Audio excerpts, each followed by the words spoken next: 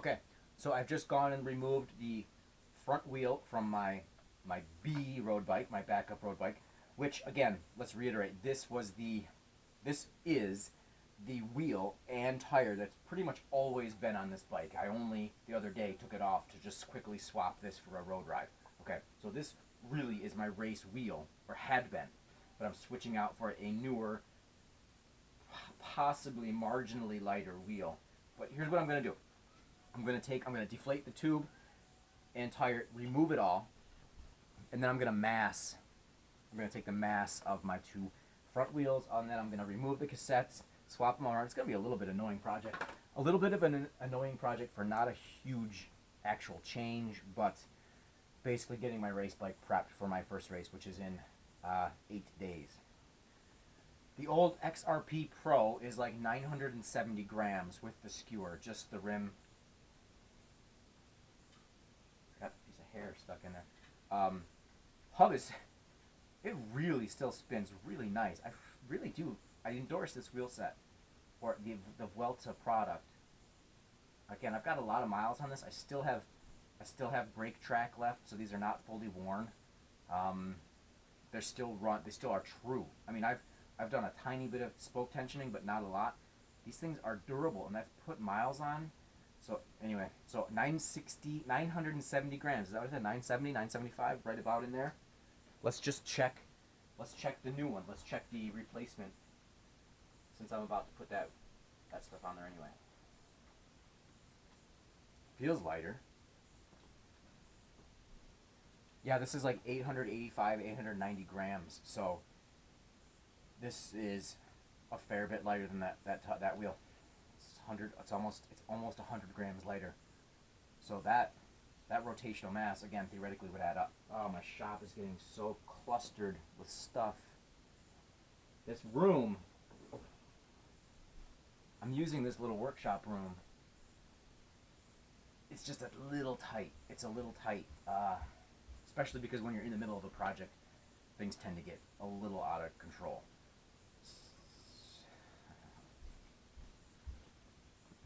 So I'm just starting to drive myself crazy with this.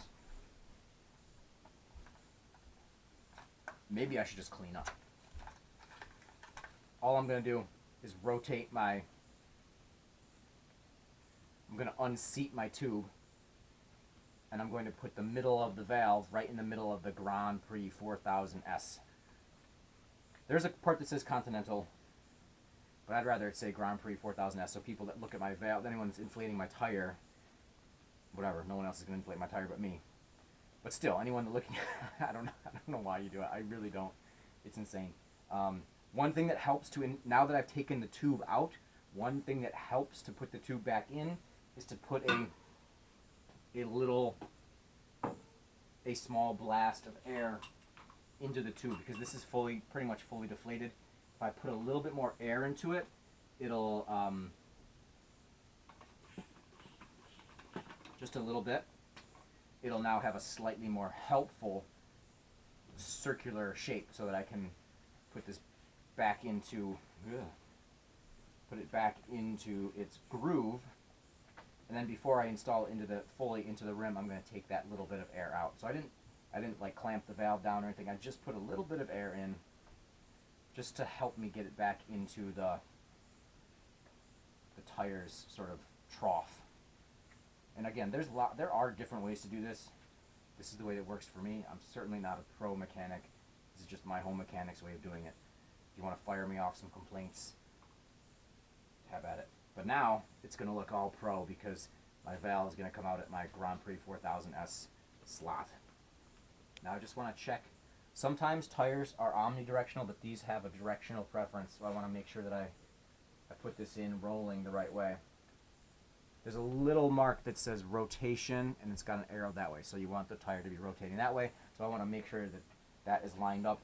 Make sure you have your tire oriented the way it's going to be oriented. So my left skewer is on the left. My quick release for the tire skewer is on the left side. So I've got my rotation set up properly. Now all I'm going to do, I'm not an expert at changing out tires. There's probably people that do it faster and better. But I put the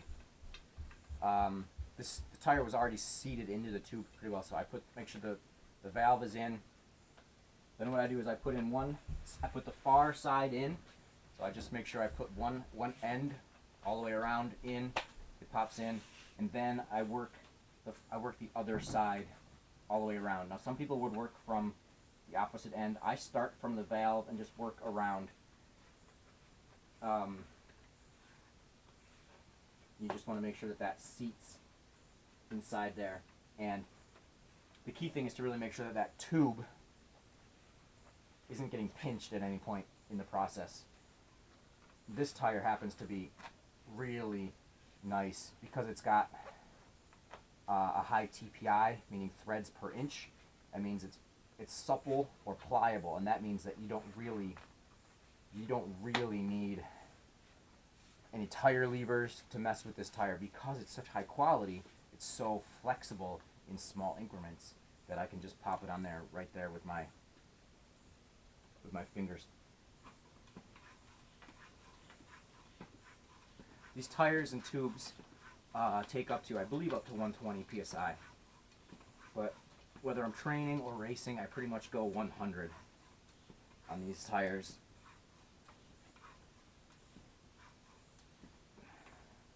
So I go just over 100, and then to pop it out, and that's fine. So now I've got my Continental Grand Prix 4000S mounted on my just about brand new Vuelta Corsa Pro wheel, and this can go back into the front of the bike. And I'm not a pro mechanic, so I don't know why, but I'm not great at mounting the wheel when the bike is in the air. I always take it off, and I have to make sure that there's like weight on the frame of the bike, on the axle. So I do that for a minute, and then I mount it. And then the wheel should be true.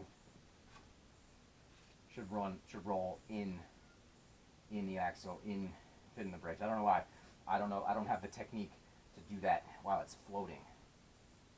Some people probably do. I don't. Okay, road bike prep, part 1 complete. Front wheel switched out. So now I've got my Motobacan, my backup road bike, up on the rig. Now what I need to do is get this wheel and the cassette off, and then swap out for the tire. So it's a rim, it's a hub and rim to the race bike, and then it's these tires and tubes will stay, the cassette will stay, but I'm going to put on the old rear wheel. So it's a switch. I just shift this to the big chain ring and the big cog in back, so that when I put the wheel back on, the chain can just be as far outboard, and that's easier to wrap back on. So the steps for taking off a cassette: remove the skewer, remove the lock ring that's on there pretty tight. Right, then I need this special tool which fits the lock ring pattern, some specialized, proprietary pattern that the lock ring goes into. This just goes into the center where the skewer goes to guide it. Because of the catch of the free hub, what you need is the lock ring mechanism and a device called a chain whip, which is basically a segment of chain so that you can prevent this cassette from continuing to rotate to the direction you're trying to crank the lock ring off. And this is normal threaded, right? So if I turn this counterclockwise, this should spin off. But what you'll see is that because of the free hub mechanism, which allows you to coast without the gears spinning, and I'm not the engineer that designed it. There's some locks and some pawls and some springs inside of the hub that allow this to happen. But basically, if I was to try to turn this to the left, this won't turn. So what I need is a bit of chain to basically hold the cassette from rotating.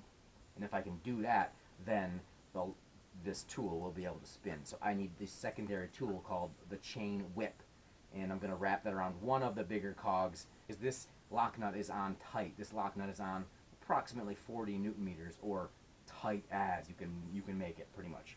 So I'm going to get my chain whip out, and I'm going to hold this in place and until this releases. So the way you want to do this is to want to use the chain whip.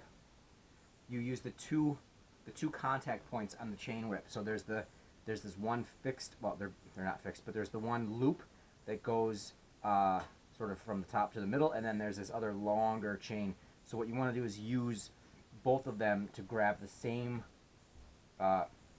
cog, and then all you have to do is hold it in place while you apply generous force.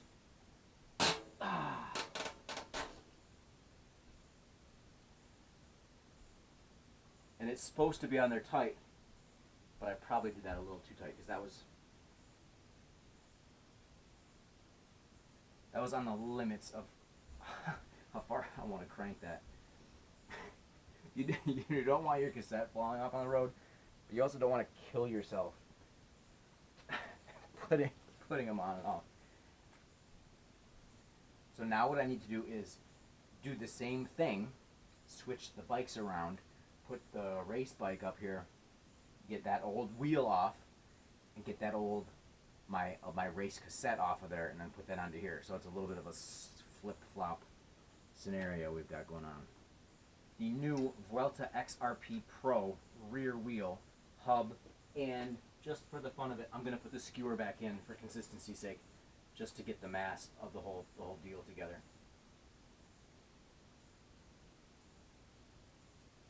Not the XRP Pro, sorry, the Vuelta Corsa Pro. This is the newer 2016 version, or 2015 version, Vuelta Corsa Pro. Basically their entry-level road race wheel. That's about 1,200 grams.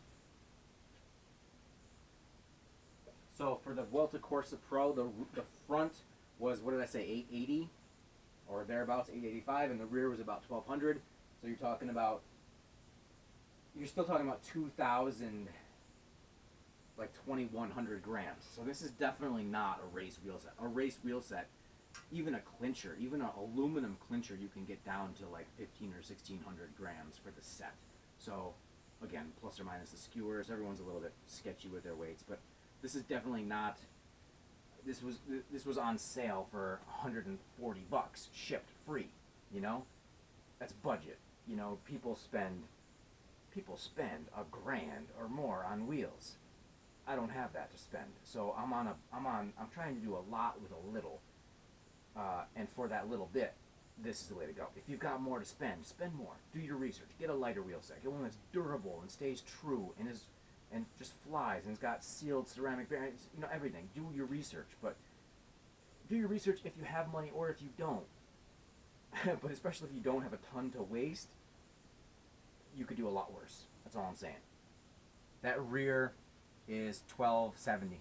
So 70 plus about 100. So you're talking about about 150 plus to 150 to 170 grams.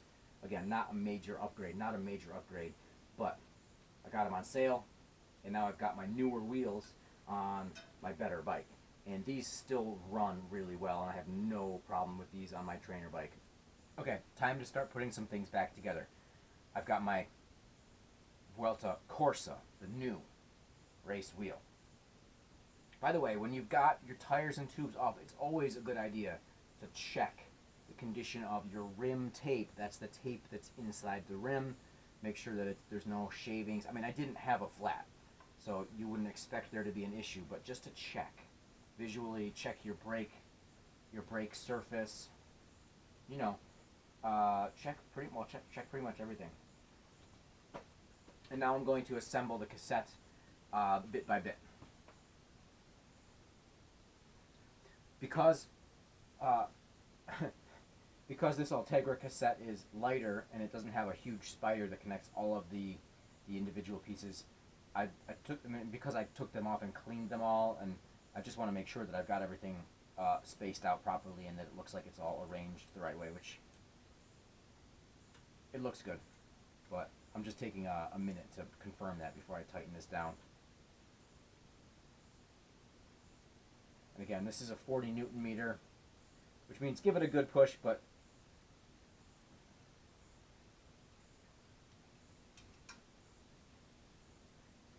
it doesn't have to be insane tight. Make it really tight. Don't make it insanely tight.